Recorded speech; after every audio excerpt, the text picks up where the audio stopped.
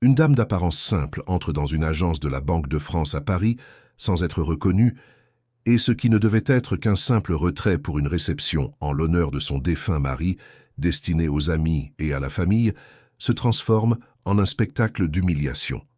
La directrice de l'agence, Sophie, qui la traite avec mépris, vient de commencer une relation avec le propre fils de la dame âgée, Alexandre, le propriétaire de tout l'établissement.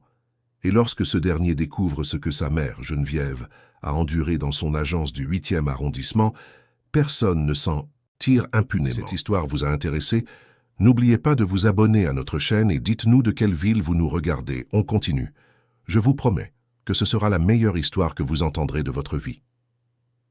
L'hôtel particulier se dressait imposant, au cœur de Neuilly-sur-Seine, près de Paris, avec ses portails en fer forgé et ses jardins qui, un jour, avaient débordé de vie et de rire. Maintenant, le silence pesait comme un linceul invisible sur chaque pièce, chaque couloir, chaque objet qui gardait les souvenirs de temps plus heureux. Madame Hélène marchait lentement dans les vastes salons, ses pas résonnant sur le marbre froid, et la solitude semblait la suivre comme une ombre fidèle et indésirable. Elle avait des cheveux blancs attachés en un chignon simple, des rides qui racontèrent des histoires de sourires et de larmes, et des mains calleuses qui n'avaient jamais oublié le travail humble d'où elle venait. Même entourée de toute cette opulence, Madame Hélène restait la même femme, celle qui avait connu son Armand quand il n'était encore qu'un jeune homme rêveur, sans rien d'autre que de la détermination et un cœur grand comme le monde. Ensemble, ils avaient construit non seulement un empire financier, mais une vie remplie de sens, d'amour et d'engagement envers ceux qui avaient en moins. Cela faisait presque 3 ans qu'Armand était parti. 3 ans que cet homme admiré de tant de gens, respecté dans tous les coins du pays, avait fermé les yeux pour la dernière fois dans le lit où ils avaient dormi ensemble pendant plus de 40 ans. La douleur de l'absence était encore fraîche, comme une blessure qui refusait de cicatriser. Chaque matin, Madame Hélène se réveillait en espérant entendre sa voix grave l'appeler pour le café, sentir l'odeur de son parfum de santal, voir ce sourire chaleureux qui illuminait n'importe quelle pièce. Mais elle ne trouvait que le vide, ce compagnon constant qui avait pris la place de l'amour de sa vie. Son fils, Robert Tavernier, était tout ce qui restait de ce temps de plénitude. Un homme brillant, qui avait repris la banque Tavernier après le départ de son père et avait transformé l'institution en l'un des conglomérats financiers les plus puissants de France. Robert aimait sa mère, avec toute l'intensité de celui qui reconnaît en elle la base de tout ce qu'il est devenu. Il téléphonait tous les jours, envoyait des fleurs toutes les semaines, s'assurait que rien ne manquait dans cette immense demeure, mais ses obligations le retenaient dans des réunions interminables, des voyages de dernière minute, des décisions qui ne pouvaient attendre. Les visites étaient de plus en plus rares, les déjeuners du dimanche de plus en plus espacés. Madame Hélène comprenait, bien sûr qu'elle comprenait.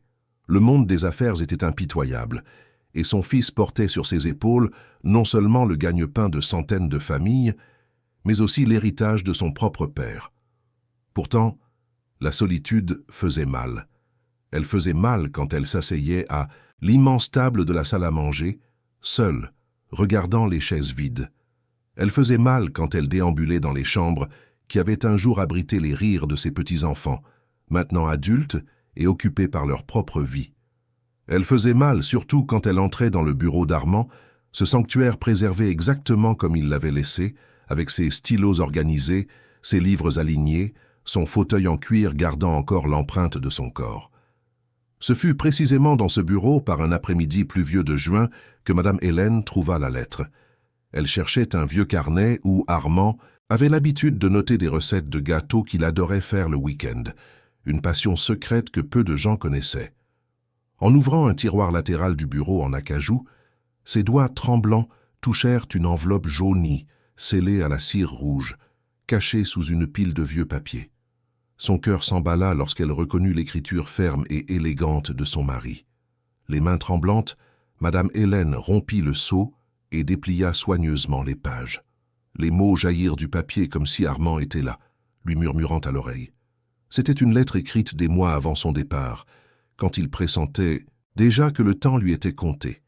Armand y parlait de ses rêves pour la banque, de l'importance de ne jamais perdre son humanité au milieu des chiffres, de l'engagement à utiliser la richesse pour transformer des vies et non simplement pour accumuler du pouvoir. Mais il y avait aussi des inquiétudes, des craintes que le système bancaire puisse devenir une machine froide et cruelle, capable d'écraser les plus vulnérables au nom de l'efficacité et du profit. Madame Hélène lut et relut chaque mot, sentant les larmes couler sur son visage ridé. C'était comme si Armand essayait de lui dire quelque chose, un avertissement affectueux sur la tournure que les choses pourraient prendre. Et à la fin de la lettre, une phrase la toucha profondément. « Hélène, mon amour, si un jour tu sens que nous avons perdu notre chemin, n'aie pas peur de nous ramener sur la bonne voie. Tu as toujours été ma boussole morale, ma conscience vivante. Je te fais confiance pour protéger non seulement notre famille, mais aussi tous ceux qui croiseront le chemin de ce que nous avons construit ensemble. » Ces mots ravivèrent quelque chose en elle, une flamme qui sommeillait sous les cendres de la tristesse. Madame Hélène réalisa qu'elle avait passé les 3 dernières années à simplement survivre, se laissant consumer par le manque, oubliant qu'elle avait encore un but, qu'elle pouvait encore honorer la mémoire d'Armand de manière active et significative. Et c'est alors que l'idée surgit, claire comme un rayon de soleil perçant les nuages épais.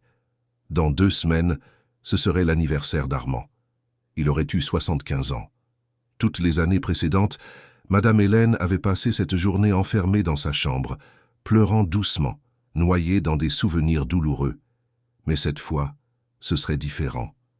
Cette fois, elle organiserait une fête, une grande célébration de sa vie et de son héritage.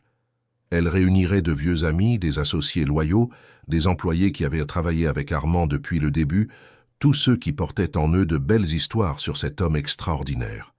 Ce serait un hommage, oui, mais aussi un doux avertissement, une façon de rappeler à tous, et surtout à son Robert, les valeurs qui avaient toujours guidé la famille Tavernier. La décision insuffla une énergie nouvelle à Madame Hélène. Elle commença à planifier chaque détail, appelant discrètement de vieux amis, contactant le traiteur préféré d'Armand, choisissant les musiques qu'il adorait.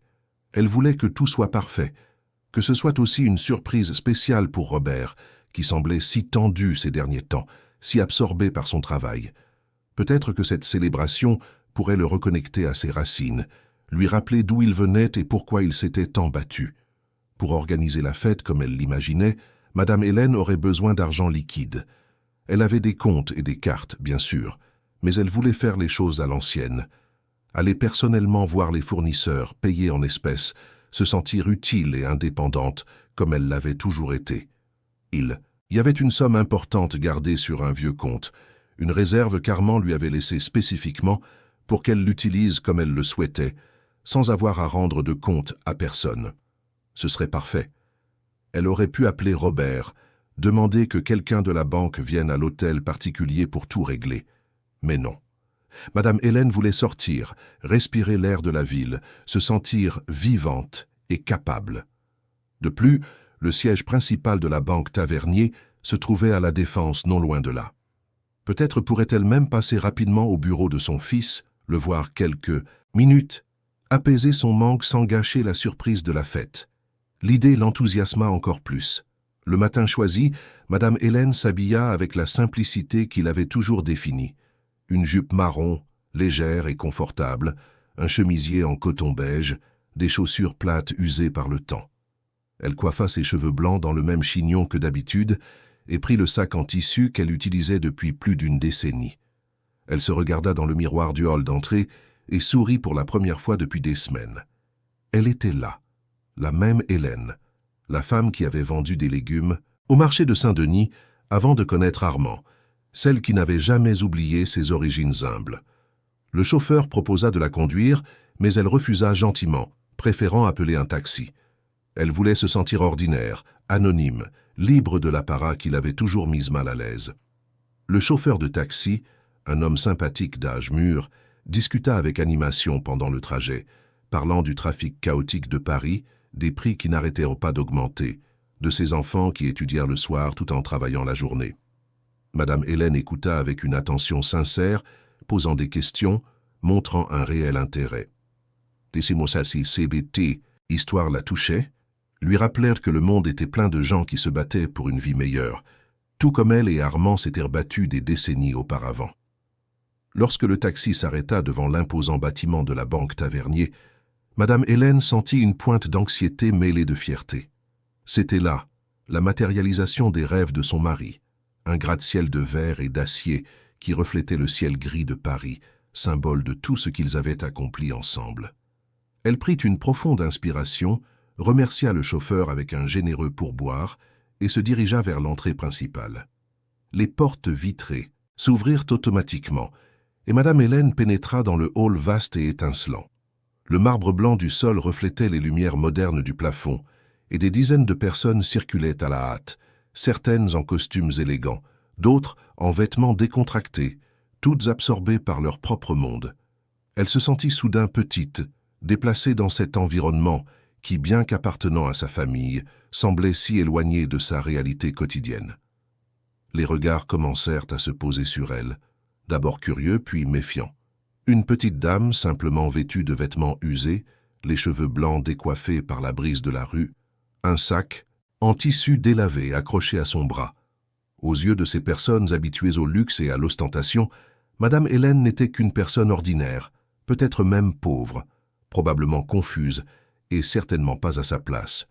Deux agents de sécurité en uniforme, les bras croisés près de la porte tournante intérieure, échangèrent des regards significatifs.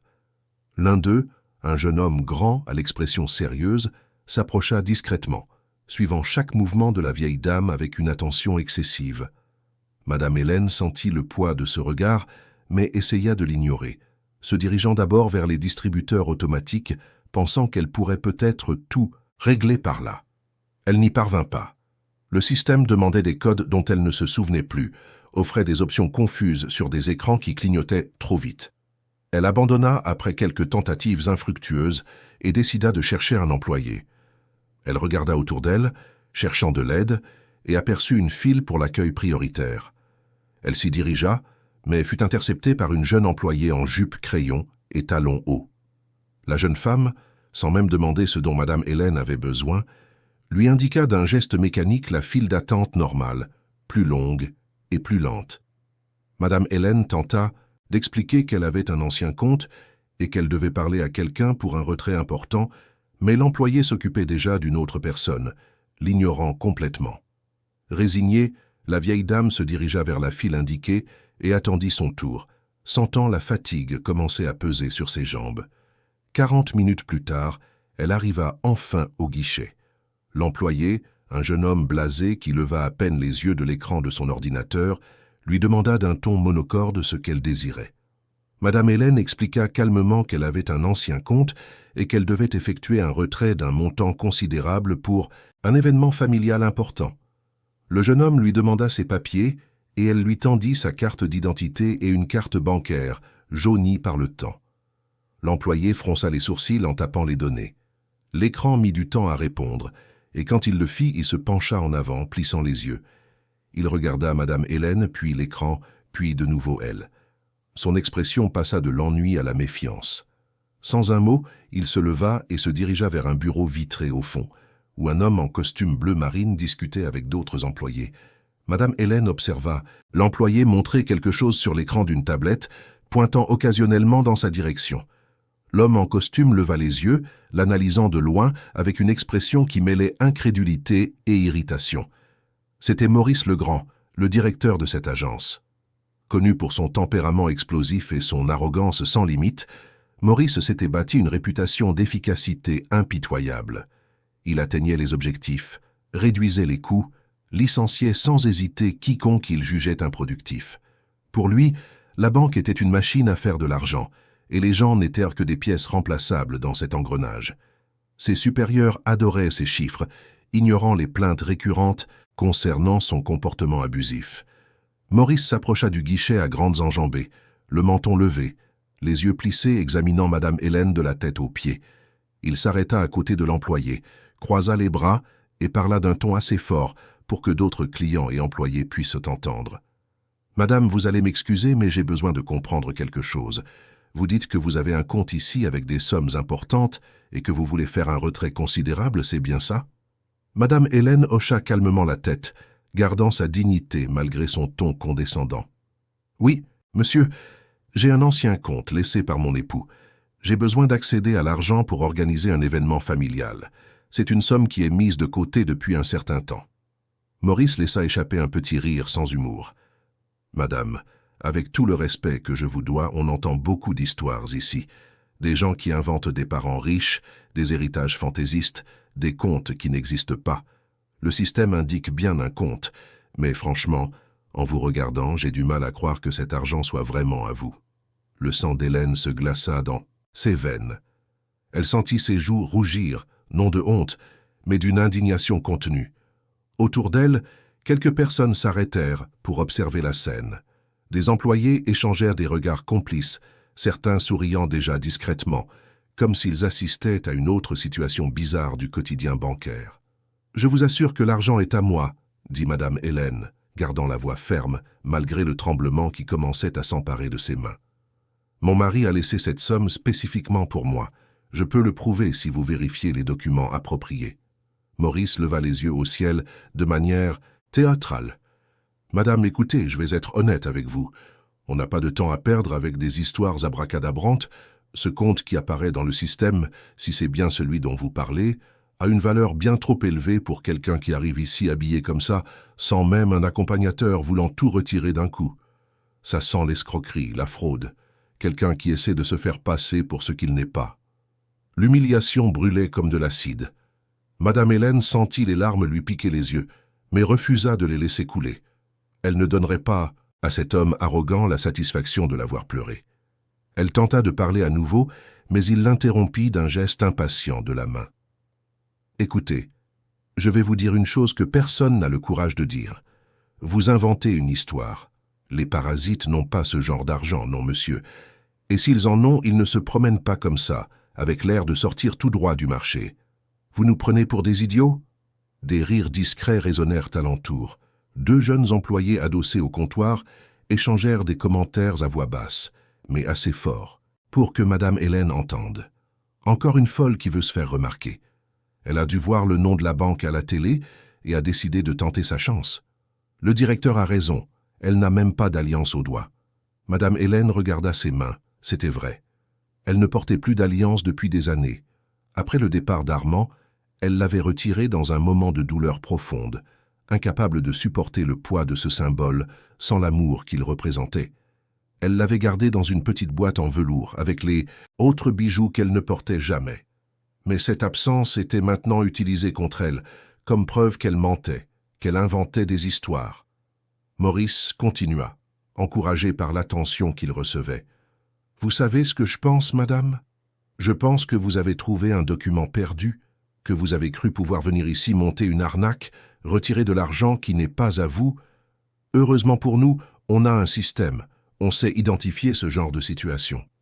Parce que, franchement, à vous voir, vous n'avez même pas l'air d'avoir un compte en banque. Encore moins un compte aussi bien garni. » Chaque mot était un coup de poignard. Madame Hélène se sentait rapetissée, comme si le sol s'ouvrait sous ses pieds. C'était la banque de sa famille, l'héritage de l'amour de sa vie, et elle était là, traitée comme une criminelle, une imposture, une personne sans valeur. La douleur de l'humiliation se mêlait à une indignation croissante. Comment en étaient-ils arrivés là? Comment la banque qu'Armand avait construite avec tant d'amour, en pensant servir les gens, s'était-elle transformée en cet environnement froid et cruel? Elle tenta une dernière fois. « S'il vous plaît, monsieur, je ne mens pas. Je peux appeler mon fils, il peut tout confirmer. Il travaille ici, il peut vous expliquer. » Maurice éclata d'un autre rire, cette fois plus fort, plus cruel. « Ah, maintenant le fils travaille ici, comme c'est pratique. Laissez-moi deviner, le fils est directeur, président? Le propriétaire de la banque, peut-être?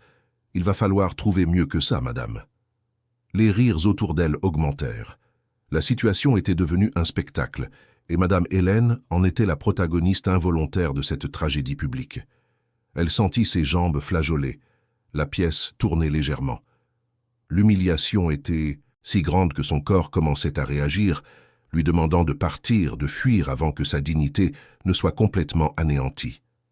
C'est alors qu'une voix douce coupa l'atmosphère hostile. « Excusez-moi, madame, vous allez bien ?» Madame Hélène se retourna et vit une femme d'âge mûr, vêtu de l'uniforme bleu de l'équipe de nettoyage, lui tendant un verre d'eau. Son visage était doux, marqué par les rides de quelqu'un qui a travaillé dur toute sa vie, mais ses yeux brillaient d'une compassion sincère qui contrastait violemment avec la cruauté ambiante. L'employé de nettoyage, qui s'appelait Joseph, avait tout vu. Elle finissait de nettoyer les vitres à proximité quand elle remarqua l'agitation autour du guichet. Elle entendit les paroles du directeur, vit la douleur sur le visage de cette dame âgée, et quelque chose en elle se révolta. Peu importait qui était cette femme, personne ne méritait d'être traité de cette façon, avec un tel manque de respect et d'humanité. Maurice regarda Joseph avec dédain. « Retournez à votre travail, Joseph. Ça ne vous regarde pas. » Mais Joseph ne bougea pas. Elle resta là, tenant le verre d'eau, les yeux fixés sur Madame Hélène, avec une tendresse que la vieille dame n'avait pas trouvée dans cet endroit froid. « S'il vous plaît, buvez un peu d'eau. Vous semblez en avoir besoin. » Madame Hélène prit le verre avec des mains tremblantes et dans ce simple geste, sentit quelque chose se briser en elle. Les larmes jaillirent enfin, silencieuses et denses, coulant sur son visage ridé. Ce n'étaient pas des larmes de faiblesse, mais de gratitude pour avoir trouvé un brin d'humanité au milieu de ce cauchemar. Elle but l'eau lentement, sentant le liquide frais apaiser un peu le nœud dans sa gorge. Joseph s'approcha davantage, ignorant le regard, furieux de Maurice. « Madame, voulez-vous que j'appelle quelqu'un? Un membre de votre famille ?» Madame Hélène secoua la tête, encore incapable de parler sans que sa voix ne tremble. Maurice fit un pas en avant, s'interposant entre les deux femmes. « Joseph, je ne le répéterai pas, retournez à votre travail maintenant ou vous allez avoir des problèmes. » Mais quelque chose dans la posture de Joseph changea. Pour la première fois depuis longtemps, elle releva le menton et regarda le directeur droit dans les yeux. « Avec tout mon respect, monsieur le grand, mais je ne vais pas laisser cette dame seule pendant qu'elle se sent mal. C'est le minimum d'humanité que tout le monde mérite. » Le silence qui suivit fut dense. Maurice serra les poings, le visage congestionné de colère. Cette insubordination, ce défi venant d'une simple employée de nettoyage, devant des clients et des collègues, était intolérable. Mais avant qu'il ne puisse exploser, Madame Hélène posa doucement sa main sur le bras de Joseph. « Merci, ma fille. Merci pour votre gentillesse. Mais tout va bien.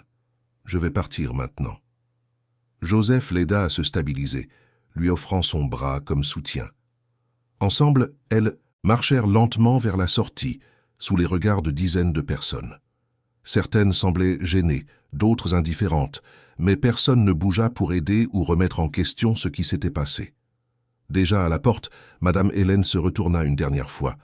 Son regard croisa celui de Maurice qui était toujours là, les bras croisés, un sourire de satisfaction sur le visage. Elle voulut dire quelque chose, voulut crier, voulut faire comprendre à cet homme l'ampleur de l'injustice qu'il avait commise. Mais non, pas encore. La dignité exigeait qu'elle sorte de là la tête haute, même si son cœur était en miettes. Dehors, l'air frais de Paris n'avait jamais semblé aussi nécessaire. Madame Hélène respira profondément, sentant la brise apaiser la chaleur de l'humiliation qui brûlait encore sur ses joues. Joseph resta à ses côtés, attendant qu'elle se remette.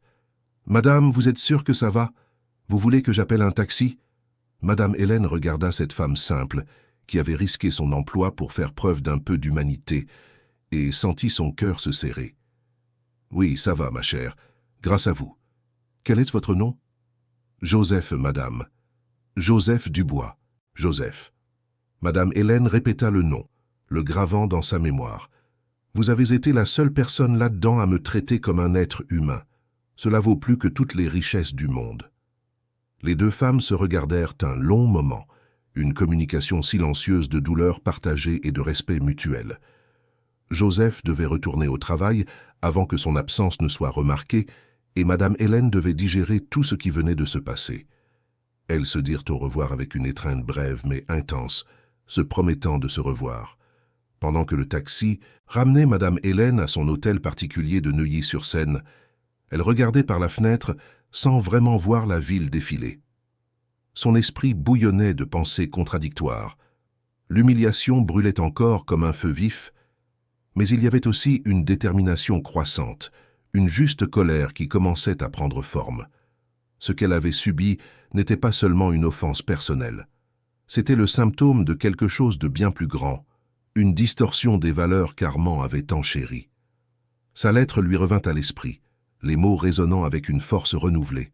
« N'aie pas peur de nous ramener sur la bonne voie. » C'était peut-être exactement ce qu'elle devait faire, non par vengeance, non par orgueil blessé, mais parce que cette institution, qui devait honorer la mémoire de son mari en servant les gens avec respect et dignité, s'était transformée en quelque chose d'inconnaissable. Et Joseph, cette femme courageuse et gentille, qui avait offert de l'eau et de la compassion quand tous les autres n'offraient que du mépris. Madame Hélène ne pouvait pas l'oublier, ne pouvait pas laisser sa bonté sans reconnaissance, ou pire, la laisser être punie par ce directeur cruel. En arrivant chez elle, Madame Hélène s'enferma dans sa chambre et laissa enfin les larmes couler à flots. Elle pleura l'humiliation subie, le manque d'Armand qui semblait maintenant encore plus aigu, la peur que son fils ne sache pas ce qui se passait dans la banque qui portait le nom de la famille. Mais entre les larmes, une résolution ferme commença à se former. Cela ne se terminerait pas ainsi. Cela ne pouvait pas se terminer ainsi. Les jours qui suivirent cet après-midi humiliant, Madame Hélène ne put chasser de son esprit le souvenir de ce qui s'était passé. Elle se réveillait au milieu de la nuit, revivant chaque mot cruel, chaque regard de mépris, chaque rire qui avait résonné dans le hall froid de cette banque. Mais avec la douleur, grandissait aussi un besoin quasi physique d'agir, de faire quelque chose qui transformerait cette expérience dévastatrice en quelque chose de plus grand, quelque chose qui pourrait signifier un réel changement. La lettre d'Armand restait sur sa table de chevet, et chaque matin, elle la relisait, cherchant la force dans les mots de son mari. Ces lignes écrites avec tant d'amour et de sagesse étaient devenues son étoile polaire, sa raison de ne pas abandonner. Mais il y avait autre chose, une préoccupation qui ne la laissait pas en paix. Joseph, cette femme simple qui avait risqué son poste pour faire preuve de compassion, subissait-elle des conséquences à cause de ce geste d'humanité? L'idée que Joseph puisse être puni pour l'avoir aidé tourmentait Madame Hélène plus que sa propre humiliation. Pendant 3 nuits consécutives, elle dormit à peine, imaginant des scénarios terribles. Et si le directeur l'avait renvoyée? Et s'il la harcelait, rendant son travail insupportable? La culpabilité pesait comme une pierre sur sa poitrine. Elle devait retourner à la banque, non pas pour retirer l'argent maintenant, mais pour s'assurer que Joseph allait bien, pour la remercier comme il se doit et peut-être d'une manière ou d'une autre, la protéger des représailles qu'elle pourrait subir. 4 jours après l'incident, Madame Hélène retourna à la banque Tavernier. Cette fois, elle s'habilla avec un peu plus de soin, choisissant une tenue simple, mais moins usée, et attacha ses cheveux avec une barrette en argent qu'Armand lui avait offerte des décennies auparavant. Elle ne voulait pas attirer l'attention, mais ne voulait pas non plus paraître complètement invisible. Son objectif était discret. Trouver Joseph, lui parler, peut-être même, réussir enfin à faire ce retrait qui avait tout déclenché. En entrant dans la banque, le même malaise familier l'enveloppa. Des regards curieux, certains la reconnaissant même de cette scène embarrassante quelques jours plus tôt. Madame Hélène garda la tête haute, marchant lentement dans le hall, les yeux cherchant la silhouette familière de l'employé de nettoyage. Elle passa devant les guichets, les files d'attente, les salles d'attente, mais il n'y avait aucun signe de Joseph. C'est alors qu'elle aperçut une porte latérale qui menait à un couloir de service. Discrètement, elle s'y dirigea, poussant la porte avec précaution. Le couloir était étroit, mal éclairé, avec des murs gris qui contrastaient brutalement avec le luxe du hall principal. C'est là que se trouvaient les entrepôts de produits de nettoyage, les vestiaires des employés de soutien, ces espaces invisibles où travaillaient les personnes qui maintenaient la banque en état de marche, mais qui étaient rarement vues ou reconnues. Et c'est là, en rangeant un chariot de nettoyage, que Madame Hélène trouva enfin Joseph. La femme avait le visage fatigué, les épaules courbées sous le poids d'une fatigue qui semblait aller au-delà du physique. Lorsque ses yeux rencontrèrent ceux de Madame Hélène, il eut un éclair de surprise suivi d'un sourire timide mais sincère. « Madame Hélène, vous êtes revenue. »« Oui, je suis revenue, ma fille. Je ne pouvais pas m'arrêter de penser à vous, de me demander si tout allait bien après ce jour-là. » Joseph regarda autour d'elle, s'assurant qu'elles étaient seules, puis fit un geste pour que Madame Hélène la suive jusqu'à un petit espace où se trouvait une vieille table et quelques chaises cassées. Là, loin des yeux et des oreilles curieuses, les deux femmes s'assirent et Joseph détendit enfin un peu ses épaules tendues. « Je me suis inquiété pour vous, » avoua Joseph. « Après votre départ, je n'arrêtais pas de penser à ce qui s'était passé, me demandant si vous alliez bien. Mais j'avais aussi peur qu'on puisse vous blâmer à cause de moi. » Madame Hélène prit les mains rugueuses de Joseph entre les siennes. « Vous n'avez rien fait de mal, ma chère. Au contraire, vous avez été la seule personne dans cet endroit à faire preuve d'un brin d'humanité. Et je suis venu aujourd'hui précisément pour vous remercier, du fond du cœur. » Les yeux de Joseph s'emplirent de larmes. Elle travaillait dans cette banque depuis près de 15 ans. Elle avait commencé comme agent d'entretien, quand son fils Lucas était encore petit, et qu'elle avait besoin de n'importe quel emploi pour subvenir seule aux besoins de sa famille. Le père du garçon était parti en apprenant la grossesse, la laissant sans soutien, sans structure, sans rien d'autre que sa propre détermination à offrir à son fils une vie meilleure que la sienne. Pendant toutes ces années, Joseph avait été témoin de scènes d'irrespect, d'arrogance et de cruauté. Elle avait vu des clients être maltraités, des employés être humiliés, des gens ordinaires être traités comme s'ils ne valaient rien. Mais elle avait toujours gardé la tête basse, faisant son travail en silence car elle avait besoin de ce salaire, aussi misérable soit-il, pour payer le loyer, la nourriture, les livres et les fournitures scolaires de Lucas. Son fils était sa fierté, sa raison d'être.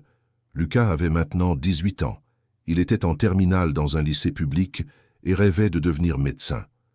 C'était un garçon brillant, dévoué, qui étudiait tard le soir même après avoir passé la journée à aider sa mère avec des petits boulots qu'elle trouvait le week-end.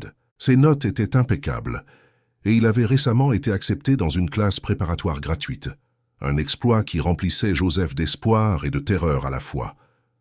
L'espoir que le rêve puisse devenir réalité, la terreur de ne pas pouvoir payer l'université s'il était admis. « Vous avez des enfants ?» demanda Joseph, essuyant discrètement ses larmes. « J'ai un fils, oui, Robert.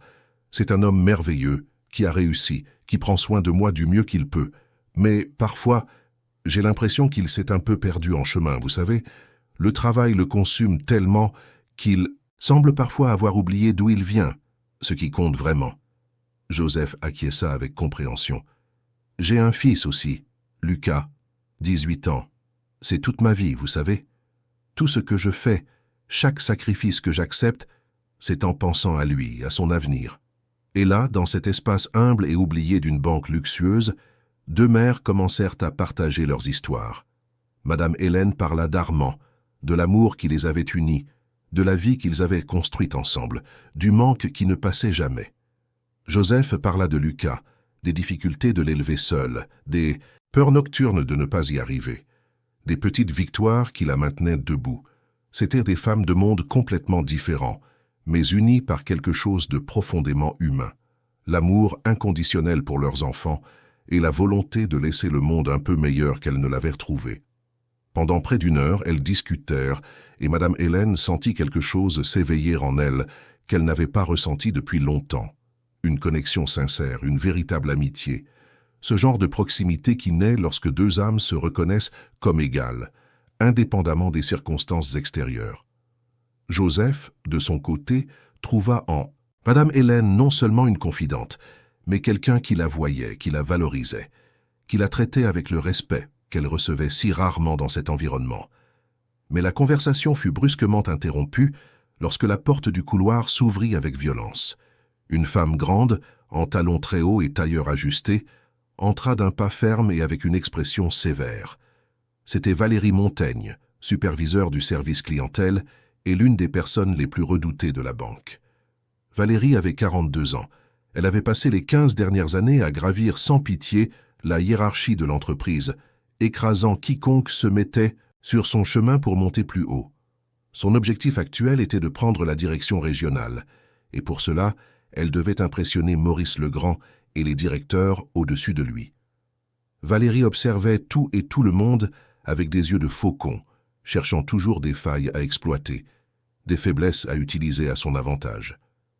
Quand elle vit Joseph discuter avec cette dame âgée, sa première réaction fut l'irritation. Les agents de nettoyage ne devaient pas perdre leur temps à discuter avec qui que ce soit. Mais elle reconnut alors Madame Hélène de la scène de quelques jours auparavant, et une idée commença à se former dans son esprit calculateur. Si cette vieille dame était revenue, cela signifiait qu'elle essayait toujours d'accéder à ce compte mystérieux. Et si Joseph s'approchait d'elle, il y avait peut-être là quelque chose qui pouvait être utilisé. Valérie ne savait pas exactement quoi, mais son instinct aiguisé lui disait qu'il y avait une opportunité. Peut-être pourrait-elle utiliser cette situation pour nuire à Joseph, qu'elle avait toujours considéré comme trop fier pour quelqu'un de sa position, et en même temps marquer des points auprès de Maurice en faisant preuve de vigilance et de protection des intérêts de la banque. Que se passe-t-il ici? La voix de Valérie coupa l'air comme une lame. Joseph se leva immédiatement, le visage pâle. « Rien, Madame Montaigne, j'aidais juste la cliente ici. »« Vous l'aidiez? Vous devriez être en train de travailler, pas de bavarder. Et vous ?» Valérie se tourna vers Madame Hélène avec un dédain à peine dissimulé. « Ne devriez-vous pas être dans le hall si vous avez besoin d'aide ?» Madame Hélène se leva également, sentant la tension dans l'air. « Je discutais simplement avec Joseph, qui a été très gentil avec moi l'autre jour. » Valérie plissa les yeux. « Je vois. Eh bien, Joseph, retournez au travail. Maintenant. Et vous, madame, veuillez vous rendre dans le hall. Ce n'est pas un endroit pour les clients. » Il n'y avait pas d'autre choix que d'obéir. Madame Hélène toucha brièvement le bras de Joseph dans un geste de soutien silencieux et quitta le couloir, sentant le regard glacial de Valérie lui brûler le dos. Arrivée dans le hall, elle respira profondément, essayant de calmer son cœur qui battait la chamade. Quelque chose chez cette femme l'avait profondément mise mal à l'aise, un mauvais pressentiment qu'elle ne pouvait expliquer. Pendant ce temps, dans le couloir de service, Valérie accula Joseph contre le mur. Pas physiquement, mais avec la force de sa position et de son autorité. « Cette femme est une de vos connaissances ? » ?»« Non, madame, je l'ai juste aidée quand elle s'est sentie mal ici à la banque, il y a quelques jours. » Valérie croisa les bras. « Vous savez que fraterniser avec les clients ne fait pas partie de votre travail, n'est-ce pas?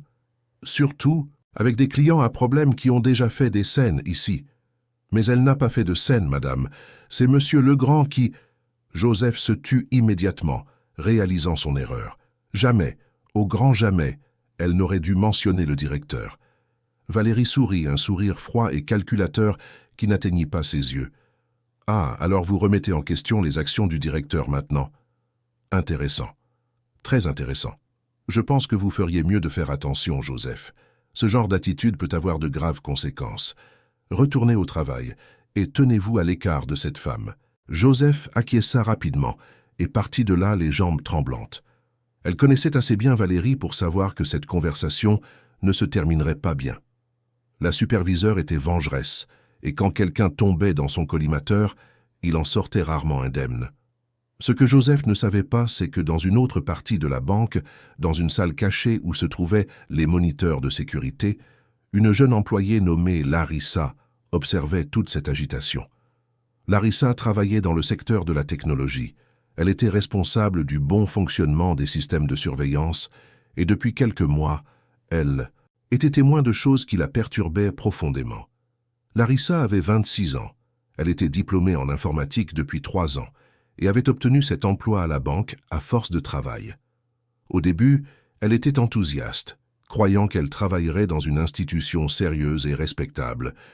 Mais peu à peu, elle remarqua les fissures dans la façade parfaite.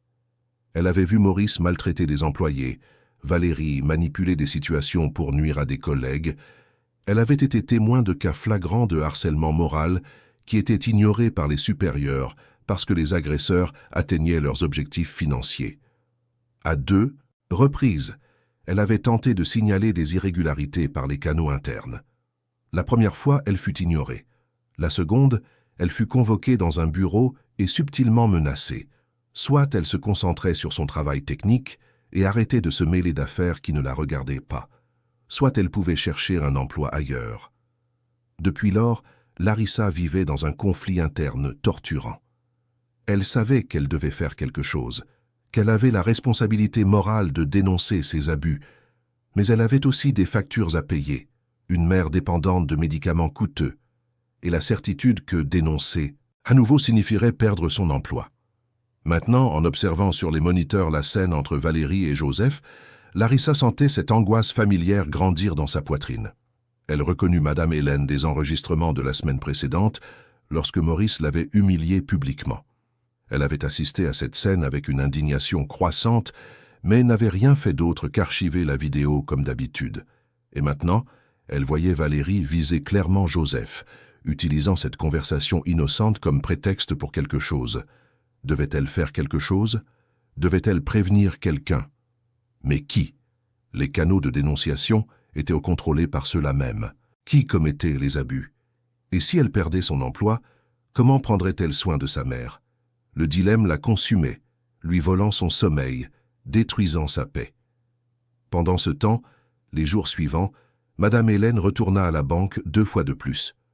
Non pas pour le compte ou l'argent, mais parce qu'elle avait créé un lien sincère avec Joseph et voulait nourrir cette amitié improbable. Elle se retrouvait toujours dans le même couloir de service, discutait, quelques minutes volées entre 2 tâches de Joseph, partagèrent des bribes de leur vie comme 2 vieilles amies séparées par les circonstances, mais unies par le cœur. Madame Hélène commença à aider Joseph de manière discrète. Elle apportait des déjeuners faits maison, disant qu'elle avait trop cuisiné et ne voulait pas gaspiller. Elle offrait de petits cadeaux à Lucas, des livres qu'elle avait trouvés à la maison et dont elle n'avait plus besoin. Joseph, de son côté, partageait les difficultés réelles de sa vie, la peur constante de perdre son emploi, les nuits où elle pleurait en cachette, en pensant qu'elle ne parviendrait jamais à donner à son fils l'éducation qu'il méritait. Un jour, lors d'une de ces conversations, Joseph révéla enfin quelque chose qui la tourmentait. Lucas avait été accepté dans l'une des meilleures classes préparatoires de Paris, une bourse partielle qui ne couvrait que la moitié des frais de scolarité. L'autre moitié, même réduite, était une somme qu'elle n'avait tout simplement pas. Le garçon envisageait d'abandonner, de commencer à travailler pour aider à la maison, d'abandonner son rêve de médecine. « Vous ne pouvez pas le laisser abandonner, » dit fermement Madame Hélène.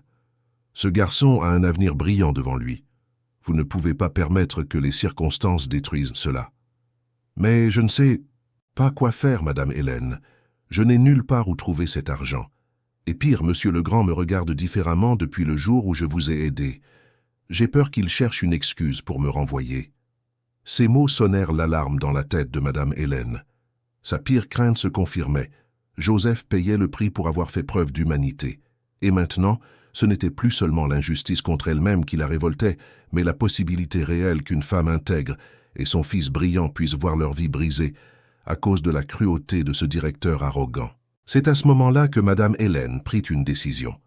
Elle ne pouvait plus se contenter de discuter, d'offrir de petits réconforts. Elle devait agir de manière plus significative.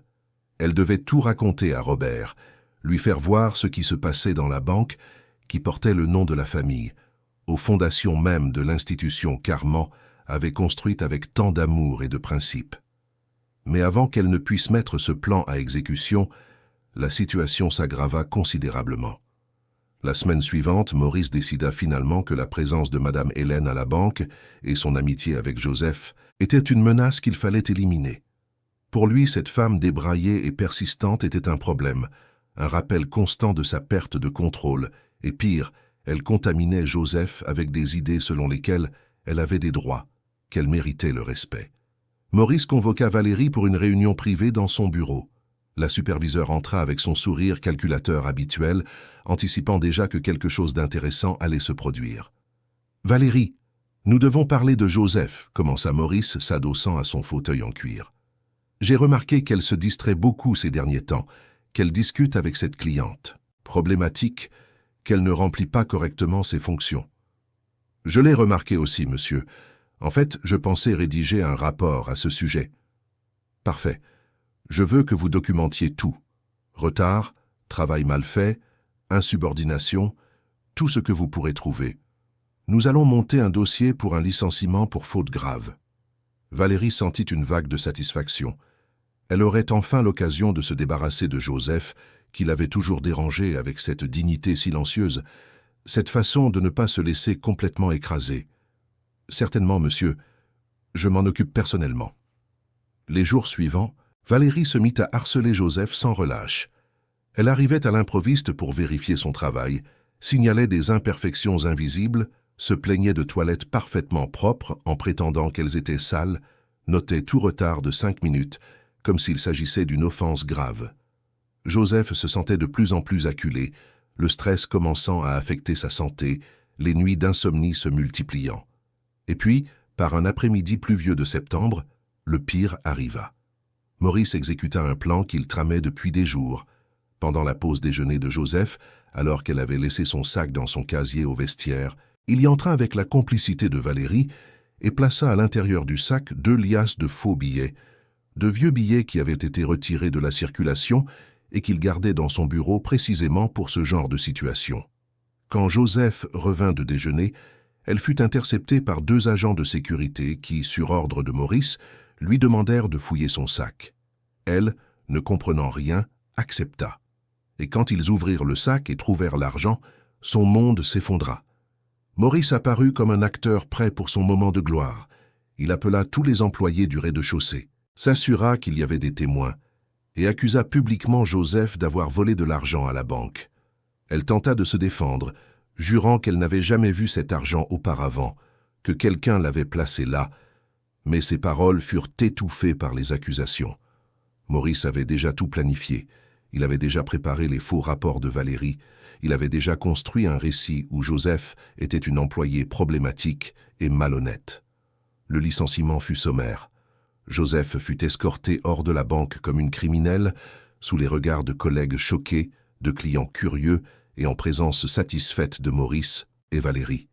Ses larmes coulaient silencieusement, tandis qu'elle portait le carton contenant ses affaires, l'humiliation brûlant plus profondément que n'importe quelle douleur physique.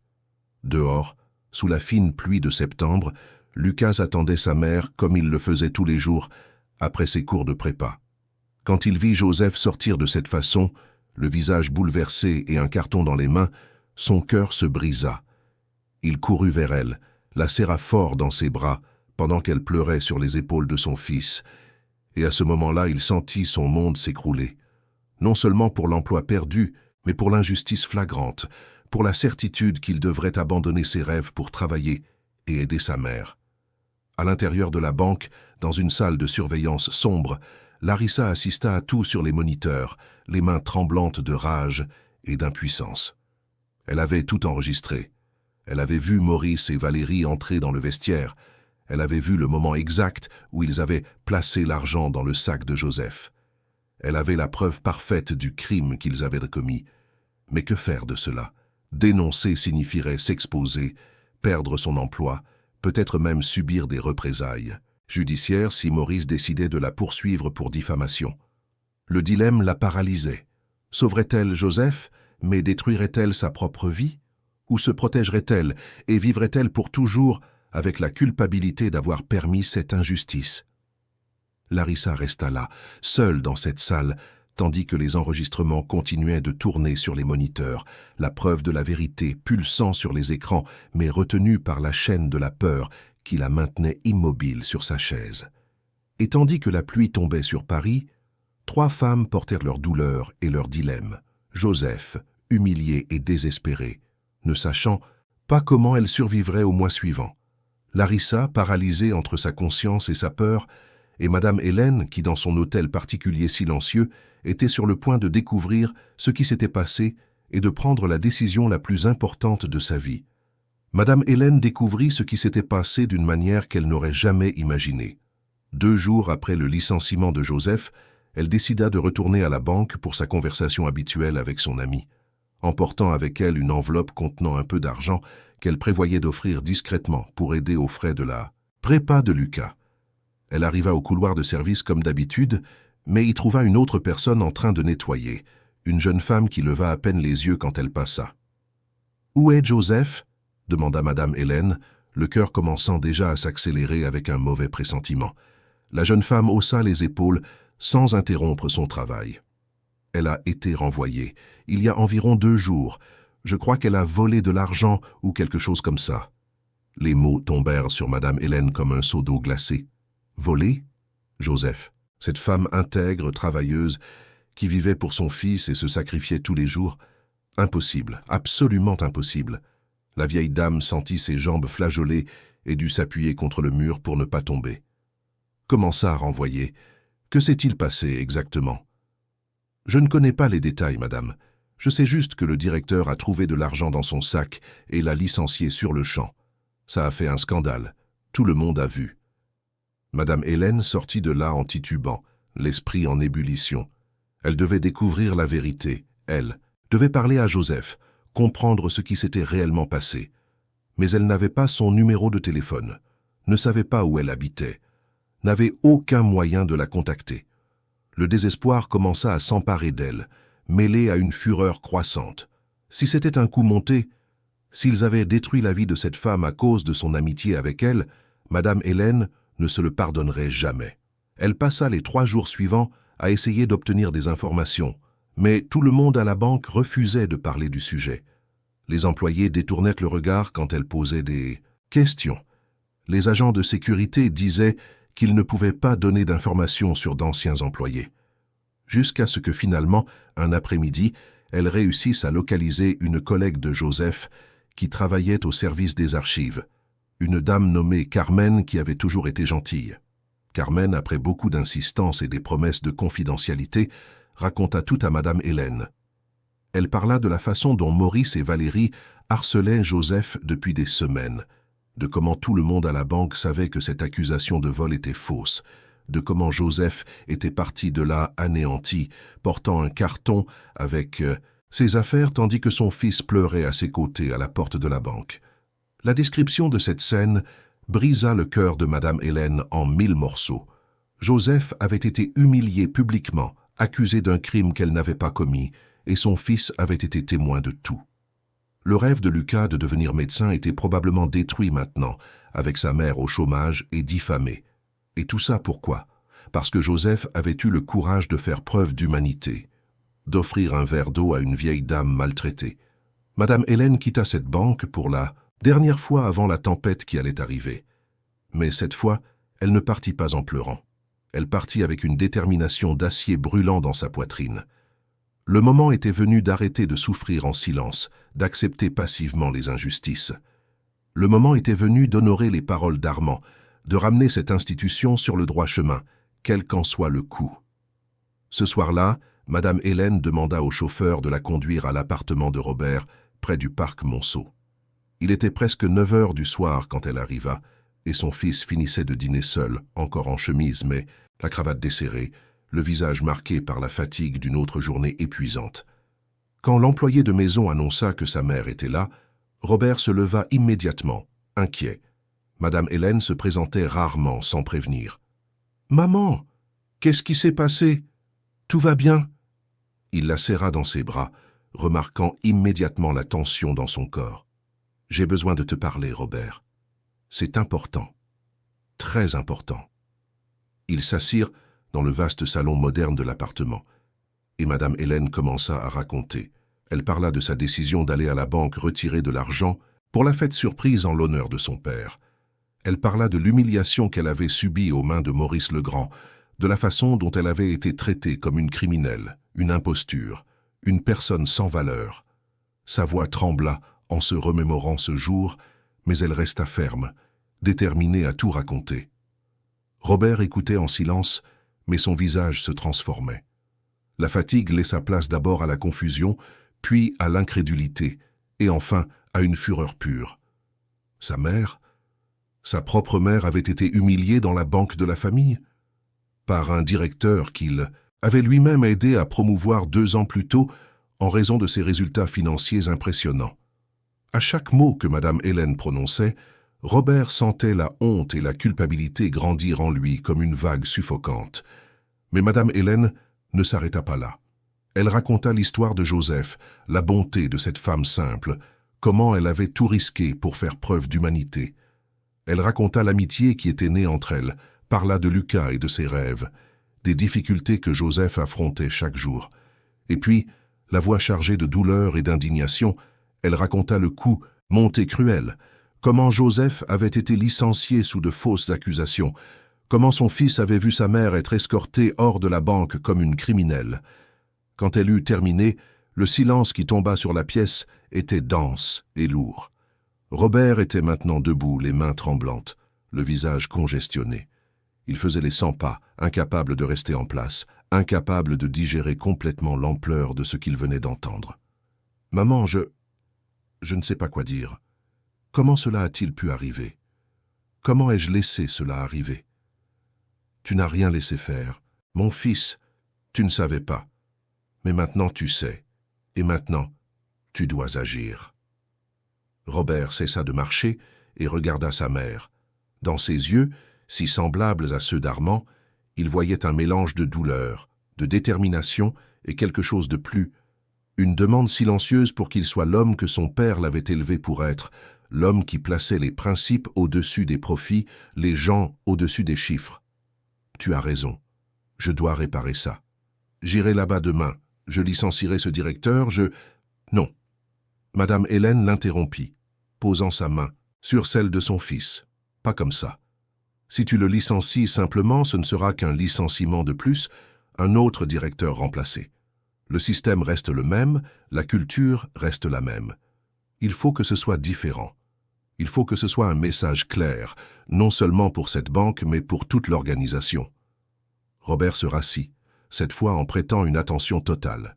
« Que proposes-tu » ? « Un audit surprise, complet. Toi, le conseil d'administration, tous les directeurs. Vous allez à cette agence sans prévenir, vous inspectez tout, vous confrontez tout le monde, et je viens avec vous. Je veux être là quand la vérité éclatera. Je veux que cet homme sache exactement qui je suis, qui il a maltraité.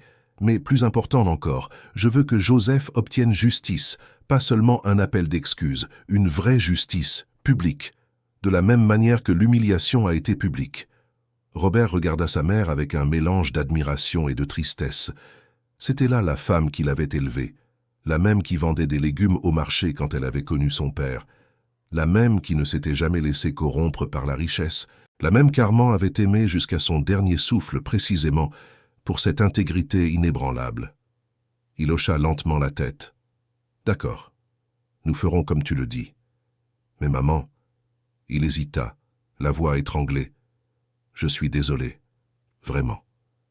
De ne pas avoir prêté attention, d'avoir été tellement absorbé par le travail que je n'ai pas vu ce qui se passait sous mon nez. Père aurait honte de moi. » Madame Hélène se leva, s'approcha de son fils et lui prit le visage entre ses mains, le regardant dans les yeux avec tendresse. « Ton père serait fier de l'homme que tu es. Mais il serait aussi heureux de savoir que tu as encore le temps de corriger le tir. Tu n'es pas responsable des mauvais choix de ce directeur, Robert, mais tu es responsable de ce que tu feras à partir de maintenant. » Ils passèrent la nuit à planifier chaque détail. Robert appela les membres du conseil, convoqua une réunion d'urgence pour le lendemain matin au siège. Madame Hélène insista pour que Larissa, l'employée de la technologie, soit également incluse, car Carmen avait mentionné qu'elle avait accès aux enregistrements de sécurité et pourrait avoir des preuves de ce qui s'était réellement passé. Pendant ce temps, de l'autre côté de la ville, dans la petite maison louée en banlieue de Paris, Joseph et Lucas vivaient leurs jours les plus sombres. L'argent de son indemnité de licenciement suffirait à peine à payer le loyer en retard et les factures de base. Joseph passait ses nuits blanches, pleurant doucement pour que son fils ne l'entende pas, plongé dans un désespoir qui semblait sans fin. L'humiliation publique signifiait qu'il serait presque impossible de trouver un autre emploi. Qui embaucherait quelqu'un licencié pour faute grave sous une accusation de vol? Lucas, de son côté, était déterminé à abandonner la prépa et à commencer à travailler. Il avait déjà parlé au propriétaire d'une supérette voisine qui lui avait offert un poste d'emballeur. Ce n'était pas grand-chose, mais ça aiderait. Le rêve de médecine devrait attendre, peut-être pour toujours. Ce qui importait maintenant, c'était d'aider sa mère, de lui rendre un peu de tout ce qu'elle avait sacrifié pour lui au fil des ans. Joseph tentait de l'en dissuader, le suppliant de ne pas abandonner ses études. Mais Lucas était têtu comme elle. Ils s'étaient disputés tous les soirs, et la tension dans la petite maison était presque palpable. Joseph voyait le rêve de son fils s'effondrer et se sentait coupable, comme si elle était responsable de tout le mal qui arrivait. Le 3e jour après le licenciement, Lucas se leva tôt et enfila une chemise simple. Il allait à la supérette pour accepter l'emploi. Quand Joseph comprit ses intentions, elle tenta de l'en empêcher une dernière fois. Mon fils, s'il te plaît, ne fais pas ça. On trouvera une solution. Je trouverai un autre travail, tu continueras à étudier. Maman, il n'y a pas d'autre solution. Lucas, lui, prit les mains, les yeux embués de larmes. Tu t'es tué au travail toute ta vie pour moi. Laisse-moi te le rendre maintenant. La médecine peut attendre. Toi, tu ne peux pas. Mais avant qu'il ne parte, la sonnette retentit. C'était étrange. Il recevait rarement des visites, surtout si tôt. Joseph ouvrit la porte avec prudence et se retrouva face à une femme qu'elle ne connaissait pas, bien habillée, tenant un porte-document. « Joseph Dubois ?»« Oui, c'est moi, » répondit Joseph, le cœur battant la chamade. Il y avait quelque chose dans l'expression de cette femme qui était difficile à déchiffrer. « Je m'appelle Adrienne Champion. Je suis de la direction des ressources humaines de la Banque Tavernier. Puis-je entrer ? J'ai besoin de vous parler de quelque chose d'urgent. » Joseph sentit ses jambes flageoler. Des problèmes juridiques maintenant? Venait-il la poursuivre officiellement? Lucas s'approcha, se plaçant de manière protectrice à côté de sa mère. Adrienne perçut la peur dans leurs yeux et ajouta rapidement « S'il vous plaît, n'ayez pas peur. Je ne viens pas vous causer de problème. Je viens apporter la justice. » Ils s'assirent dans le petit salon et Adrienne commença à expliquer. Madame Hélène, la dame âgée que Joseph avait aidée, était la mère du propriétaire de la banque. Elle avait tout raconté à son fils, qui avait été choqué et furieux de ce qui s'était passé. Un audit complet était organisé pour ce matin même, et Joseph était invité à y assister. Joseph écouta tout en état de choc. Madame Hélène était la mère du propriétaire de la banque, cette femme douce et humble qui lui avait parlé comme à une égale, qui s'était souciée de ses problèmes, qui avait traité Lucas avec tant d'affection les rares fois où ils s'étaient rencontrés, faisait en fait partie de la famille qui contrôlait toute cette institution. « Et elle a raconté ce qui s'est passé ?» demanda Joseph, y croyant à peine. « Elle a tout raconté », répondit Adrienne avec un sourire bienveillant. « Et elle sera là aujourd'hui avec M. Robert et tout le conseil d'administration. Ils veulent entendre votre version de l'histoire, ils veulent rendre justice, mais seulement si vous acceptez de venir. Je sais que vous devez être traumatisé, que ce doit être difficile de retourner là-bas. Mais croyez-moi, cette fois ce sera différent. » Lucas serra la main de sa mère, la pressant avec force. « Tu dois y aller, maman, tu dois laver ton nom. » Joseph regarda son fils, ce garçon devenu homme trop tôt, qui était prêt à sacrifier ses rêves pour elle. Et quelque chose en elle, quelque chose qui était brisé depuis cet après-midi terrible, commença à se reconstruire. Peut-être y avait-il encore une justice dans ce monde. Peut-être y avait-il des gens bons en position de pouvoir.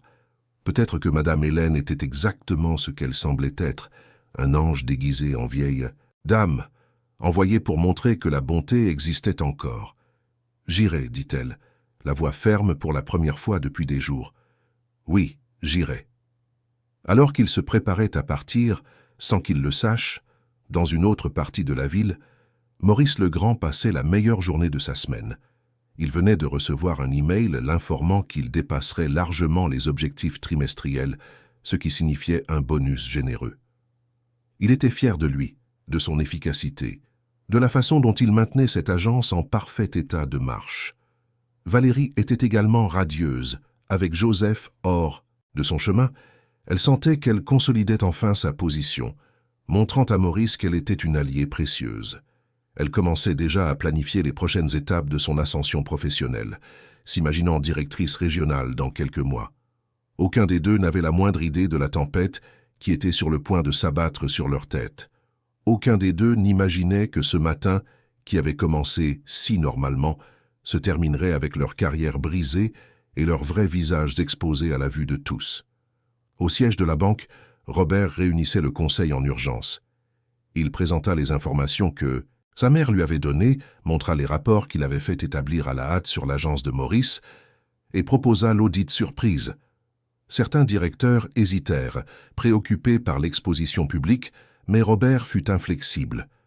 Il s'agissait de principes, d'honorer la mémoire de son père, de prouver que la Banque Tavernier était encore une institution qui se souciait des valeurs, et pas seulement des chiffres. Madame Hélène arriva au siège, vêtue simplement, mais il y avait une dignité dans sa posture qui impressionna tous les directeurs présents.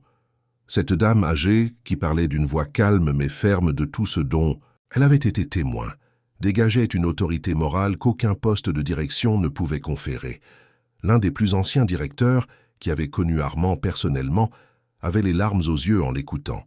C'était comme si Armand lui-même était là, leur rappelant pourquoi il s'était lancé dans cette affaire en premier lieu. Le convoi de voitures de fonction quitta le siège à 10 heures du matin. Robert, Madame Hélène, 5 directeurs du conseil, l'équipe juridique et Adrienne des ressources humaines. Ils se rendirent en convoi à l'agence de la Défense où Maurice Legrand attendait sans le savoir, sur le point de vivre le jour le plus important et le plus terrible de sa carrière. Dans l'une des voitures, Madame Hélène tenait la main de Robert, mère et fils unis non seulement par le sang, mais par un but commun: apporter la justice, restaurer la dignité, honorer la mémoire d'un homme qui avait bâti un empire sans jamais perdre son humanité. La lettre d'Armand était dans le sac de Madame Hélène, ces mots résonnant comme un mantra: « N'aie pas peur de nous ramener sur la bonne voie ». Tandis que les voitures avançaient dans le trafic parisien, quelque part, dans cette immense ville, Larissa se réveillait avec le poids de la décision la plus difficile de sa vie. Les enregistrements étaient sauvegardés sur son ordinateur personnel, la preuve de la vérité, du coup monté contre Joseph, de la cruauté calculée de Maurice et Valérie. Elle avait le pouvoir de tout changer, de rendre justice, mais elle avait aussi peur des conséquences. C'était un choix entre sa conscience et sa sécurité, entre faire ce qui est juste et se protéger. Elle regarda la photo de sa mère sur sa table de chevet, cette femme qui l'avait élevée pour être honnête, intègre, courageuse. Que dirait-elle si elle savait que sa fille avait la preuve d'une terrible injustice, mais avait peur de la révéler? Larissa respira profondément, prit la clé USB où elle avait gardé une copie des enregistrements, et prit sa décision. Elle irait à la banque ce jour-là et livrerait tout quoi qu'il arrive. Certaines choses étaient plus importantes que la sécurité, et l'une d'elles était de pouvoir se regarder dans le miroir sans avoir honte. Paris pulsait de sa vie frénétique en ce matin de septembre, des millions de personnes dans leur routine, chacune portant ses drames invisibles. Mais ce jour-là, dans une agence spécifique d'une banque spécifique, la vérité était sur le point d'émerger de l'ombre, la justice sur le point d'être servie, et des vies sur le point d'être transformées pour toujours. La tempête que Madame Hélène, avec sa dignité silencieuse et son amour inconditionnel, avait commencé à former le jour où elle était entrée pour la première fois dans cette banque, était enfin sur le point de s'abattre de toute sa force sur ceux qui pensaient que le pouvoir et l'arrogance les rendaient intouchables. Il était 11 heures du matin lorsque les voitures s'arrêtèrent devant la banque Tavernier à la Défense. L'activité habituelle de la banque se poursuivait normalement. Des clients entrant et sortant, des employés occupés à leurs tâches. Personne ne remarqua rien de spécial dans ce convoi de véhicules de fonction se garant en file. Personne n'imagina le tremblement de terre qui allait secouer cet endroit. Robert descendit le premier, suivi des directeurs. Puis, avec soin et attention, il aida sa mère à sortir de la voiture. Madame Hélène respira profondément, ressentant la même anxiété que ce premier jour, mais cette fois, il y avait quelque chose de différent. Elle n'était plus seule. Elle n'était plus sans défense. Et surtout, elle n'était plus disposée à accepter l'injustice en silence. Ils entrèrent dans le hall principal, et ce fut comme si le monde s'arrêtait une seconde. Les gens commencèrent à réaliser qui étaient ces visiteurs, la reconnaissance se propageant par vagues. Robert Tavernier en personne, le propriétaire de la banque, accompagné du conseil d'administration au complet. Quelque chose de très grave se passait. Maurice Legrand était dans son bureau lorsque son assistante entra précipitamment, le visage pâle. « Monsieur Robert est là, avec tout le conseil. Ils viennent par ici. » Le directeur se leva immédiatement, ajustant sa cravate, un sourire confiant se formant sur ses lèvres. Enfin, une visite des supérieurs. C'était sa chance de briller, de montrer personnellement comment il maintenait cette agence en état de marche avec une efficacité exemplaire. Il sortit de son bureau d'un pas large et assuré, prêt à impressionner. Mais lorsqu'il arriva dans le hall et vit le cortège, quelque chose se serra dans sa poitrine. Il y avait de la tension dans l'air, des visages trop sérieux, une énergie qui ne correspondait pas à une visite de félicitations. Et puis ses yeux se posèrent sur elle, la vieille, cette même femme débraillée qui était venue des semaines auparavant avec ses histoires absurdes. Que faisait-elle là, aux côtés de Robert Tavernier? « Monsieur Robert, Quel plaisir de vous recevoir. » Maurice tendit la main, gardant sa voix ferme malgré le malaise grandissant. « Si vous aviez prévenu, nous aurions préparé une réception adéquate. » Robert ne prit pas la main tendue. Son expression était glaciale, les yeux fixés sur Maurice avec une intensité qui fit reculer involontairement le directeur. « Monsieur Legrand, ceci est un audit surprise. Nous aurons besoin d'un accès à tous les registres, tous les enregistrements de sécurité, tous les documents des ressources humaines des 6 derniers mois. Et nous allons commencer par une réunion. Maintenant, dans votre bureau, avec tous les employés de cette agence présents. » Le ton n'admettait aucune discussion. Maurice sentit une sueur froide couler dans son dos, mais il garda son sang-froid. « Bien sûr, monsieur. Tout ce dont vous aurez besoin. Je vais convoquer tout le monde immédiatement. » Dans les minutes qui suivirent, les employés de tous les secteurs furent appelés. Guichetiers, agents de sécurité, personnel administratif. Tous se rassemblèrent dans la zone de réunion, du rez-de-chaussée. Le murmure de spéculation était constant. Que se passait-il? Quelqu'un allait-il être licencié? La banque était-elle vendue? Valérie Montaigne arriva en retard, revenant d'une réunion extérieure. Quand elle vit l'agitation, la panique commença à s'emparer d'elle. Elle chercha Maurice du regard, mais le directeur évita son regard, le visage tendu et pâle. Quelque chose n'allait pas du tout. Robert se plaça devant la salle, flanqué des directeurs. Madame Hélène se tenait un peu en retrait, observant tout avec ce calme qui vient de ceux qui n'ont plus rien à perdre. La responsable des ressources humaines, Adrienne, était à ses côtés, et Joseph, qui avait été instruite d'entrer quelques minutes plus tard, ne tarderait pas à arriver. « Bonjour à tous. » La voix de Robert résonna fermement dans la salle. « Je suis venu ici aujourd'hui parce que j'ai reçu des informations extrêmement graves sur le fonctionnement de cette agence. Des informations sur des abus d'autorité, du harcèlement d'employés, et ce qui est encore plus grave, un coup monté criminel pour un licenciement injuste. » Le silence qui tomba fut absolu. Toutes les têtes se tournèrent vers Maurice, qui se tenait debout contre le mur, le visage maintenant complètement blanc. Valérie sentit ses jambes flageoler. « Il y a quelques semaines, » continua Robert, « une dame est venue à cette agence pour faire un retrait. Une transaction simple, routinière. Mais au lieu de recevoir l'accueil respectueux que tout client mérite, elle a été humiliée publiquement, ridiculisée, accusée d'être une imposture et traitée comme si elle n'avait aucune valeur en tant qu'être humain. » Robert fit une pause, laissant les mots pénétrer. « Cette dame est ma mère. Madame Hélène Tavernier, veuve d'Armand Tavernier, fondateur de cette banque. » Le choc fut collectif. Les visages pâlirent, les bouches s'ouvrirent. Les regards se tournèrent vers Madame Hélène avec un mélange d'horreur et d'incrédulité.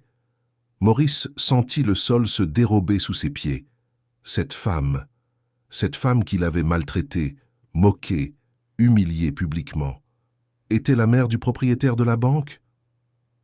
Mais l'histoire ne s'arrête pas là, poursuivit Robert, la voix maintenant chargée d'une indignation contenue. Une employée de cette agence, une femme qui a travaillé ici pendant 15 ans avec un dévouement exemplaire, a eu le courage de faire preuve de compassion. Elle a offert un verre d'eau, a fait preuve d'un respect élémentaire. Et pour cela, pour ce simple acte d'humanité, elle a été harcelée, diffamée et finalement licenciée sous de fausses accusations de vol. À ce moment, la porte s'ouvrit et Joseph entra.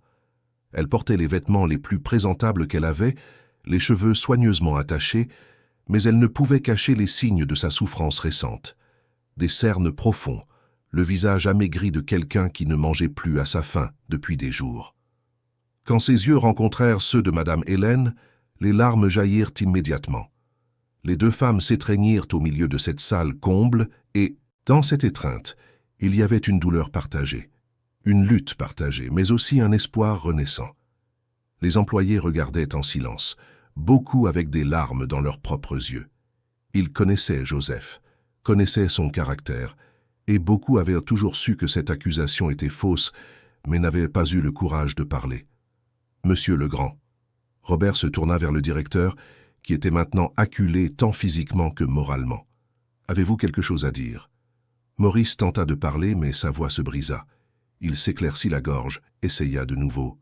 « Monsieur Robert, je ne savais pas qui elle était. Si j'avais su... » « Ah, Alors c'est ça le problème? L'interrompit Robert, la voix tranchante. Si vous aviez su qui elle était, vous l'auriez traitée avec respect. Et toutes les autres personnes qui ne sont pas des mères de propriétaires de banque, celles-là peuvent être humiliées à volonté. Non, je ne voulais pas dire ça. Maurice chancela, cherchant ses mots. Je protégeais simplement les intérêts de la banque, je vérifiais une situation suspecte. Suspecte? La voix de Madame Hélène coupa l'air pour la première fois. Vous m'avez traité de parasite. Vous avez dit que j'inventais des histoires pour monter une arnaque. Vous m'avez humilié devant des dizaines de personnes, m'avez traité comme si je n'avais aucune dignité en tant qu'être humain. Et tout ça parce que j'étais habillé simplement? Parce que je n'avais pas l'air riche à vos yeux? Le silence qui suivit fut assourdissant. Maurice n'avait pas de réponse. Il n'y avait aucune réponse possible qui puisse justifier cela. Et quant à Joseph, continua Madame Hélène, se tournant maintenant vers tout le public, cette femme merveilleuse a été licenciée parce que vous avez placé de l'argent dans son sac. Oui, vous avez bien entendu. Vous avez placé de fausses preuves pour détruire la vie d'une personne intègre, une mère travailleuse qui élève seule un fils brillant, qui rêve de devenir médecin.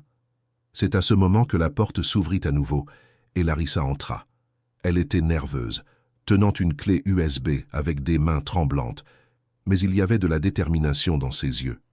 Elle demanda la permission d'entrer et se dirigea directement vers Robert. « Monsieur Robert, je m'appelle Larissa Martin, je travaille dans le secteur de la technologie. J'ai les enregistrements de sécurité qui prouvent tout ce qui est dit ici. J'ai la vidéo de Monsieur Legrand et de Madame Montaigne entrant dans le vestiaire et plaçant de l'argent dans le sac de Joseph. J'ai tout. » L'impact fut dévastateur. Valérie, qui avait jusqu'alors tenté de se faire discrète au fond de la salle, laissa échapper un gémissement de désespoir. Maurice ouvrit et ferma la bouche plusieurs fois, comme un poisson hors de l'eau, mais aucun son ne sortit. Robert prit la clé USB des mains de Larissa et la regarda avec quelque chose qui ressemblait à de la vénération. « Merci, vous n'imaginez pas le courage que vous avez eu en faisant cela. » Un des directeurs connecta la clé USB à un projecteur et les enregistrements commencèrent à défiler sur le mur blanc de la salle. Tous regardèrent en silence horrifié Maurice et Valérie entrer furtivement dans le vestiaire, ouvrir le sac de Joseph, y mettre l'argent et sortir en regardant autour d'eux pour s'assurer que personne ne les avait vus. La preuve était irréfutable, limpide, impossible à nier. Quand les images se terminèrent, Maurice s'effondra sur une chaise, le visage entre les mains. Valérie pleurait doucement, mais personne n'eut pitié. Ce qu'ils avaient fait était criminel, cruel, impardonnable. « Monsieur Maurice Legrand, » dit Robert d'une voix formelle, « vous êtes licencié pour faute grave avec effet immédiat. De plus, nous allons transmettre ce dossier aux autorités compétentes. Vous répondrez pénalement de falsification de preuves, de diffamation et de harcèlement. Il en va de même pour Madame Valérie Montaigne. » Des agents de sécurité furent appelés pour les escorter hors du bâtiment. Maurice tenta d'argumenter. Valérie implora une seconde chance, mais il était trop tard. Ils furent emmenés sous les regards de dizaines d'employés, dont beaucoup avaient été victimes de leurs abus au fil des ans. Il n'y eut pas de célébration, mais il y eut un sentiment collectif de justice enfin rendue. Quand la salle se calma, Robert se tourna vers Joseph. « Madame Joseph Dubois, au nom de la Banque Tavernier et au nom de ma famille, je vous présente mes plus profondes excuses pour ce que vous avez subi.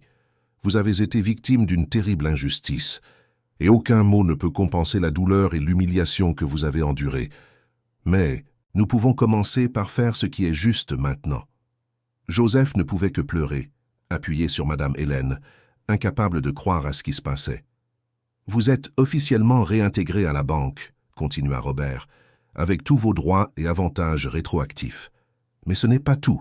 Je crée un nouveau département axé sur le bien-être des employés, pour garantir qu'aucun travailleur ici ne soit traité avec irrespect ou abus, et j'aimerais que vous supervisiez ce département. Non pas comme agent d'entretien, mais comme superviseur, avec un salaire compatible et l'autorité de mettre en œuvre de réels changements. Le choc sur le visage de Joseph était total. Je ne sais pas quoi dire. Je n'ai pas la formation pour ça, monsieur. Vous avez 15 ans d'expérience à voir exactement ce qui ne fonctionne pas, ce qui blesse, ce qui détruit. Cela vaut plus que n'importe quel diplôme. Et si vous voulez étudier, la banque paiera votre formation. Robert sourit pour la première fois ce matin-là. « Croyez-moi, vous êtes exactement la bonne personne pour ce poste. » Madame Hélène serra de nouveau Joseph dans ses bras, toutes deux pleurant. Maintenant, mais c'étaient des larmes de joie, de soulagement, de justice restaurée. Autour d'elle, les employés commencèrent à applaudir spontanément. Ce n'était pas tous les jours qu'ils voyaient le bien triompher, qu'ils voyaient quelqu'un comme eux être élevé, respecté, valorisé. Mais Robert n'avait pas terminé. Il appela Lucas, qui était entré timidement derrière sa mère et était resté dans un coin, témoin de tout avec des yeux écarquillés. « Jeune homme, je crois comprendre que vous rêvez de faire des études de médecine. » Lucas hocha la tête, toujours sans trouver ses mots. « Oui, monsieur, c'est mon rêve depuis que je suis enfant. À partir d'aujourd'hui, vous bénéficiez d'une bourse d'études complète, couvrant la classe préparatoire, l'université, le logement si nécessaire, et tout ce dont vous aurez besoin jusqu'à l'obtention de votre diplôme. C'est le minimum que nous puissions faire après ce que votre famille a traversé à cause de nous. » Lucas sentit ses jambes flageoler. Sa mère le retint par le bras, tous deux en état de choc total. Le rêve qui semblait mort quelques jours auparavant était non seulement ravivé mais garanti. Il n'aurait pas à choisir entre aider sa mère et étudier. Il pourrait faire les deux. Et vous, Robert se tourna vers Larissa qui était toujours là, debout, nerveuse. Vous avez fait preuve de courage et d'intégrité alors que vous auriez pu choisir le silence. C'est rare et précieux. Je vous promeus au poste de coordinatrice de la sécurité numérique, avec une augmentation significative et l'autorité de mettre en place des protocoles garantissant que les preuves de mauvaise conduite ne soient plus jamais ignorées ou cachées. Larissa se mit à pleurer aussi. Des mois d'angoisse, de dilemmes éthiques, de nuits sans sommeil.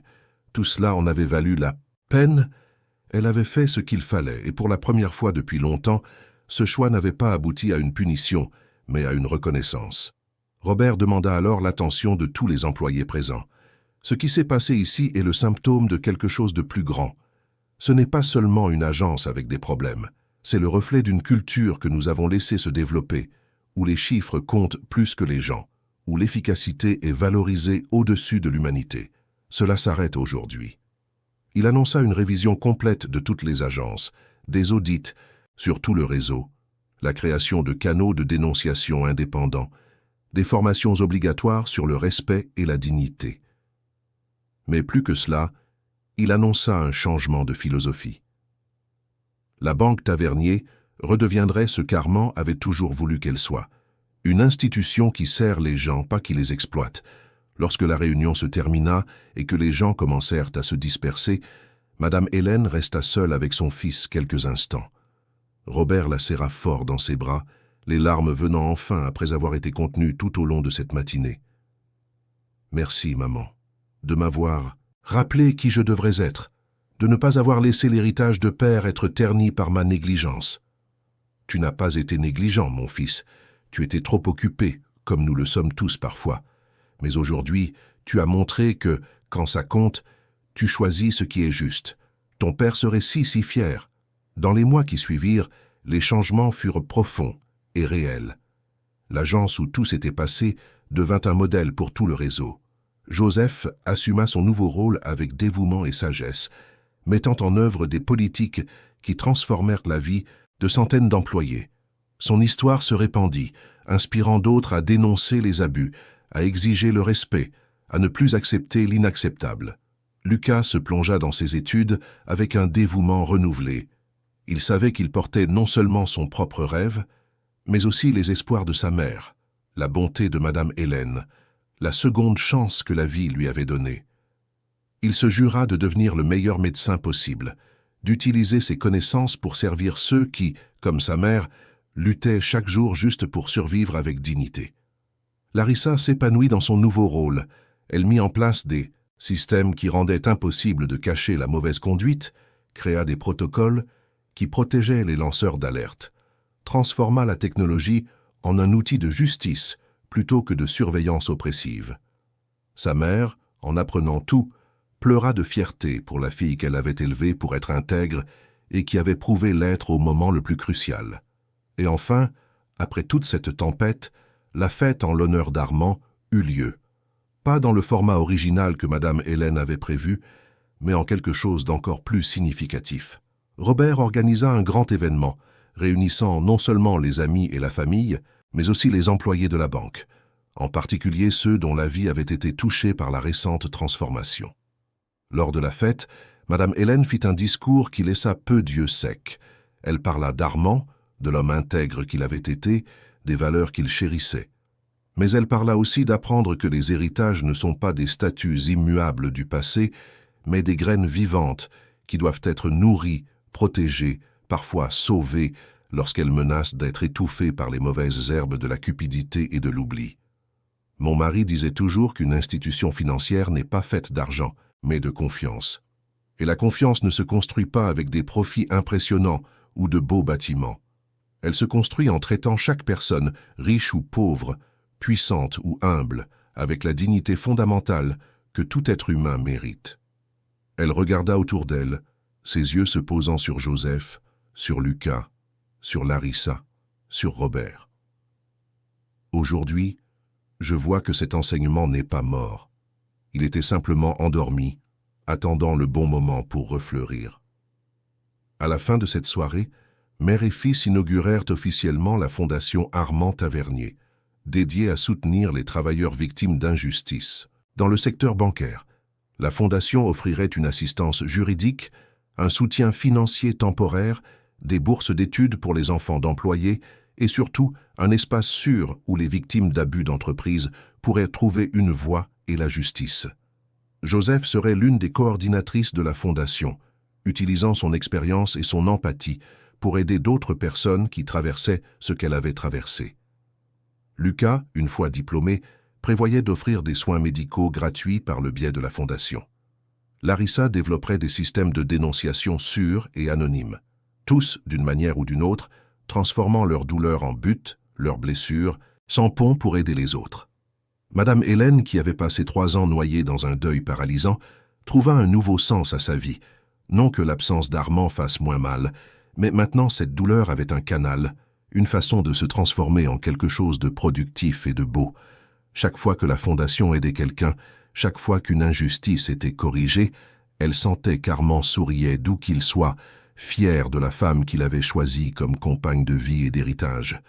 Robert, de son côté, se transforma également. Il continua à diriger la banque avec la même compétence qu'auparavant, mais avec une perspective complètement différente. Il se mit à visiter régulièrement les agences, non pas pour auditer les chiffres, mais pour discuter avec les employés, comprendre leur réalité, s'assurer que la culture du respect s'enracinait dans chaque recoin de l'institution. Il réduisit sa charge de travail pour passer plus de temps avec sa mère, rattrapant les années où il avait été absent par excès d'ambition professionnelle. L'histoire de cette transformation se répandit bien au-delà des limites de la banque Tavernier. D'autres institutions commencèrent à remettre en question leur propre culture, à revoir leurs pratiques, à réaliser que des employés motivés et respectés étaient plus productifs que ceux gouvernés par la peur. Le changement fut lent, rencontra de la résistance dans de nombreux endroits, mais il avait commencé. Et tout cela parce qu'une dame âgée, vêtue simplement, avait eu le courage de ne pas accepter l'injustice et qu'un fils avait eu l'humilité d'écouter sa mère et d'agir. Quant à Maurice et Valérie, ils répondirent pénalement de leurs actes. Maurice fut condamné et perdit tout ce qu'il avait construit par des méthodes douteuses. Valérie obtint un accord, mais sa carrière dans le secteur bancaire prit fin définitivement. Aucun des deux ne comprit jamais complètement ce qu'ils avaient perdu en choisissant le pouvoir et la cruauté plutôt que l'empathie et l'intégrité. Et ainsi, par un matin de printemps, près d'1 an après ce jour fatidique, Madame Hélène s'assit dans son jardin, une tasse de thé à la main, et regarda autour d'elle avec un sourire serein. L'hôtel particulier n'était plus trop silencieux. Robert venait dîner chaque semaine, apportant toujours des nouvelles des transformations à la banque. Joseph et Lucas lui rendaient régulièrement visite, étant devenus une famille de cœur. Même Larissa passait de temps en temps, cherchant conseil auprès de la femme qui, sans le savoir, avait changé tant de vies, en refusant simplement d'être invisible. Madame Hélène prit la lettre d'Armand, qu'elle gardait maintenant dans un cadre dans sa chambre, et relut les mots familiers. « N'aie pas peur de nous ramener sur la bonne voie. » Elle n'avait pas eu peur, et en le faisant, elle avait découvert qu'elle n'avait jamais été aussi vivante, aussi utile, aussi connectée au but qu'elle et Armand avaient partagé toute une vie. Les apparences étaient vraiment trompeuses. Le pouvoir aveuglait vraiment. Mais la dignité humaine, lorsqu'elle est défendue avec courage et amour, avait le pouvoir de changer non seulement des vies individuelles, mais de transformer des systèmes entiers, de planter des graines de justice qui fleuriraient pour les générations à venir. Et cette histoire, qui avait commencé par l'humiliation et la douleur, se terminait par l'espoir, la transformation et la certitude que le bien, lorsqu'il est soutenu par des personnes courageuses, trouverait toujours son chemin pour triompher. Fin de l'histoire. Chers auditeurs, nous espérons que l'histoire de Madame Hélène, de Joseph et de tous ceux qui ont lutté pour la justice a profondément touché votre cœur. Si vous avez été ému par ce parcours de résilience, de courage et de transformation, laissez votre like dès maintenant. Abonnez-vous à la chaîne pour ne manquer aucune de nos histoires et dites-nous dans les commentaires quel moment vous a le plus marqué. Était-ce le courage de Madame Hélène face à l'humiliation? La bonté de Joseph quand tout le monde lui a tourné le dos? Le dilemme de Larissa entre sa conscience et sa peur? Ou la transformation de Robert en reconnaissant ses erreurs? Nous voulons connaître votre avis. Chaque jour, nous vous proposons des histoires intenses et vraies, comme celle-ci, qui révèlent le côté le plus profond de l'âme humaine et nous rappellent que la dignité et la justice valent toujours la peine de se battre. Nous vous attendons au prochain épisode avec une autre histoire qui va vous émouvoir et vous faire réfléchir à ce qui compte vraiment dans la vie. À bientôt.